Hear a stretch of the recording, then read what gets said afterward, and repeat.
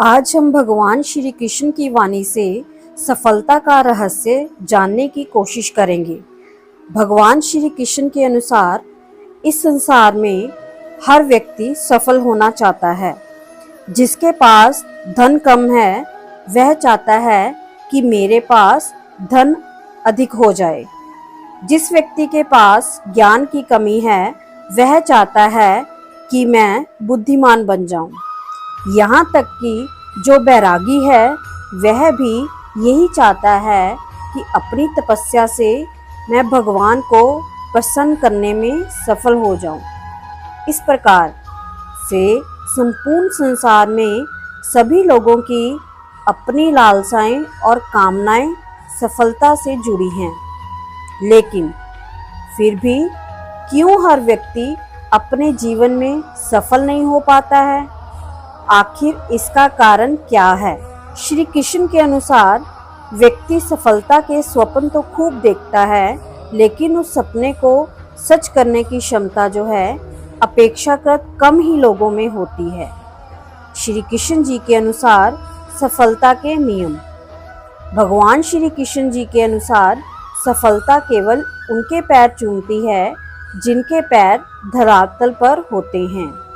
यानी कि सफल होने का पहला नियम तो यही है कि व्यक्ति को अपनी हमेशा असलियत से रूबरू होना चाहिए। व्यक्ति को यह पता होना चाहिए कि वास्तव में वह क्या है, आज उसमें कितना सामर्थ्य है और उसे जीवन में क्या अर्जित करना है।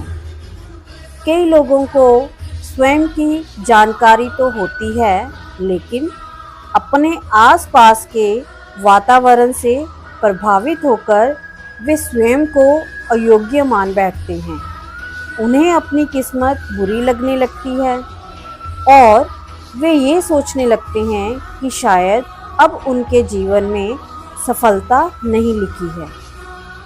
उन्होंने अपनी दुर्बलताओं को अपने जीवन की धारणा कर लिया है और शायद उनसे कभी बाहर ना निकलने की कसम खा रखी है। इसलिए सफलता प्राप्त करने के लिए द्वितीय नियम स्वयं की जानकारी प्राप्त करने के बाद स्वयं में विश्वास जगाना होता है। गीता में उन सभी मार्गों की चर्चा है जिन पर चलकर मोक्ष, बुद्धत्व, कैवल्य या समाधि प्राप्त की जा सकती है। दूसरे शब्दों में कहें तो जन्म मरण से छुटकारा पाया जा सकता है। तीसरे शब्दों में कहें तो खुद के स्वरूप को पहचाना जा सकता है।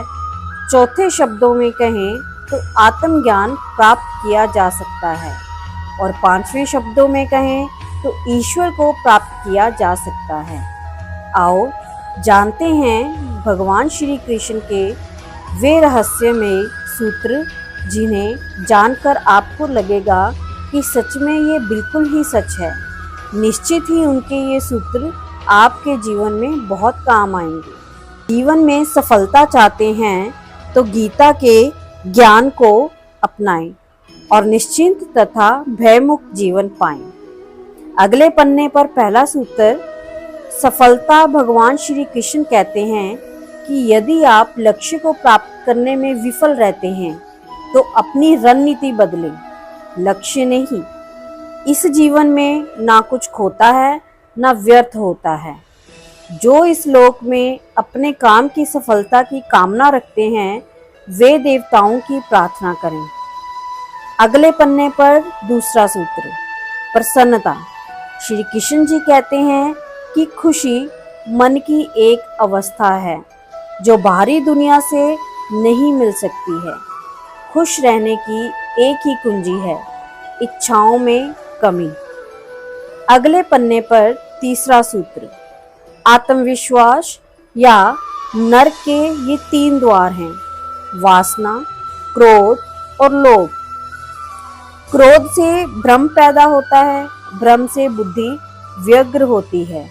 जब बुद्धि व्यग्र होती है तब तर्क नष्ट हो जाता है। जब तर्क नष्ट होता है तब व्यक्ति का पतन हो जाता है। वह जो भी इच्छाएं त्याग देता है और मैं और मेरा की लालसा और भावना से मुक्त हो जाता है उसे शांति प्राप्त होती है। अगले पन्ने का चौथा सूत्र, विश्वास क्या है? मनुष्य अपने विश्वास से निर्मित होता है। जैसा वो विश्वास करता है वैसा वो बन जाता है। व्यक्ति जो चाहे बन सकता है यदि वह विश्वास के साथ इच्छित वस्तु पर लगातार चिंतन करे। हर व्यक्ति का विश्वास उसकी प्रकृति के अनुसार होता है। विश्वास की शक्ति को पहचानें। अगले पन्ने पर पांचवा सूत्र, मित्र और शत्रु दोनों कौन है? मन। जो व्यक्ति मन को नियंत्रित नहीं करते उनके लिए वह शत्रु के समान कार्य करता है। मन की गतिविधियों, होश, श्वास और भावनाओं के माध्यम से भगवान की शक्ति सदा तुम्हारे साथ है और लगातार तुम्हें बस एक साधन की तरह प्रयोग करके सभी कार्य कर रही है। मन अशांत है और उसे नियंत्रित करना कठिन है, लेकिन अभ्यास से इसे वश में किया जा सकता है। सर्वोच्च शांति पाने के लिए हमें हमारे कर्मों के सभी परिणाम और लगाव को छोड़ देना चाहिए। केवल मन ही किसी का मित्र और शत्रु होता है। अगले पन्ने पर छठा सूत्र, निर्भीक बनो। उससे मत डरो जो वास्तविक नहीं है, ना कभी था ना कभी होगा। जो वास्तविक है वो हमेशा था और उसे कभी नष्ट नहीं किया जा सकता। प्रबुद्ध व्यक्ति के लिए गंदगी का ढेर, पत्थर और सोना सभी समान हैं। अगले पन्ने का सातवां सूत्र, संशय ना करो। सदैव संदेह करने वाले व्यक्ति के लिए प्रसन्नता ना इस लोक में है ना ही कहीं और। आत्मज्ञान की तलवार से काटकर अपने हृदय से अज्ञान के संदेह को अलग कर दो। अनुशासित रहो, उठो।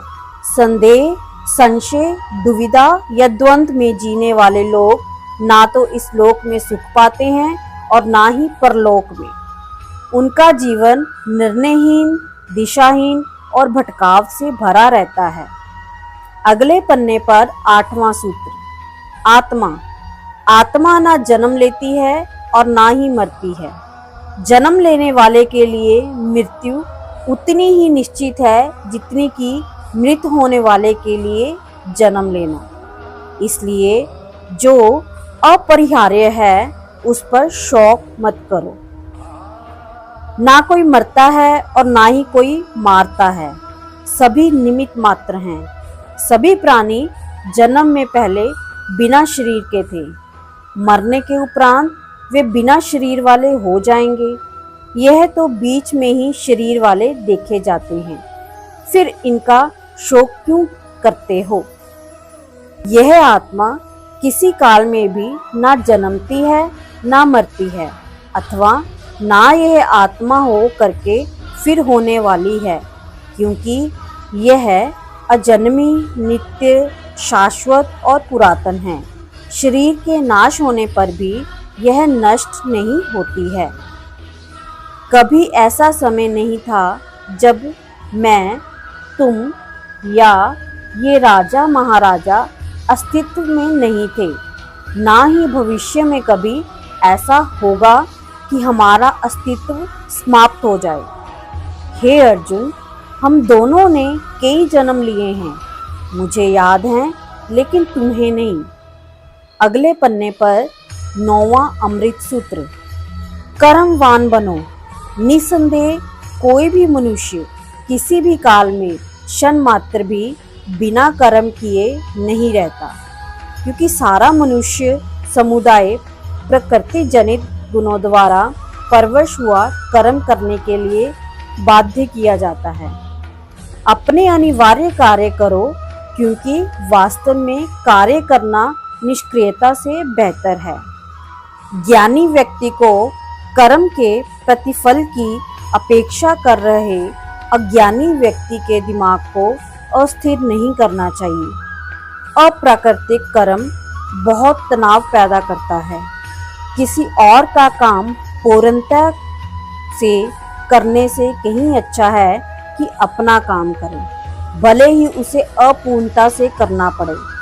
बुद्धिमान व्यक्ति कामुक सुख में आनंद नहीं लेता। कर्म योग वास्तव में एक परम रहस्य है। अगले पन्ने पर 10वां अमृत सूत्र। जो मेरे साथ हैं मैं उनके साथ हूँ।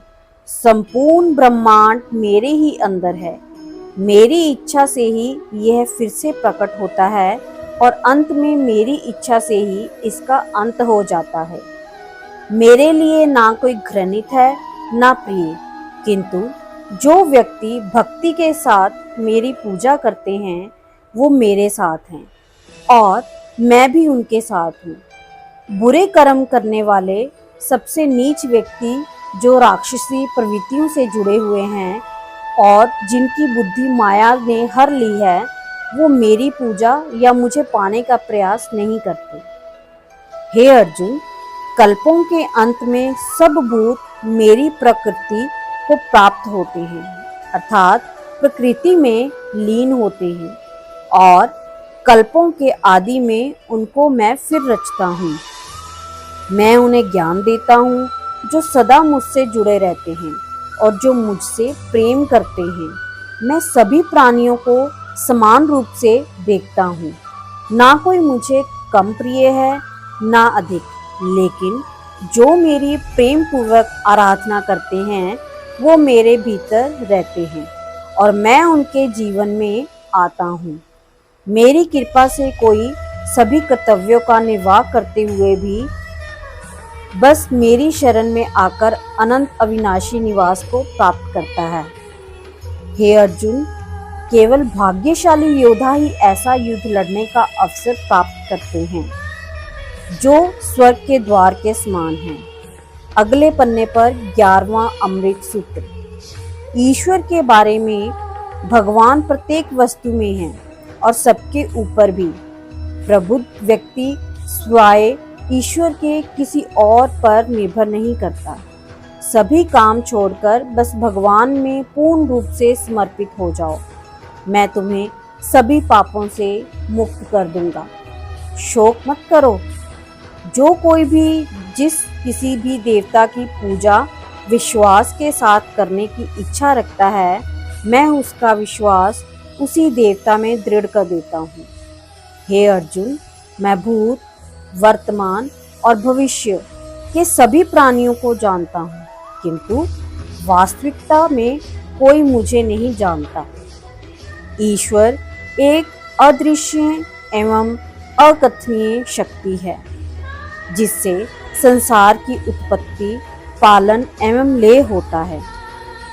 मानवीय रूप में उसकी ऐसी कल्पना की जा सकती है कि उसके सभी ओर से ज्ञानेंद्रियां और कर्मेंद्रियां हैं।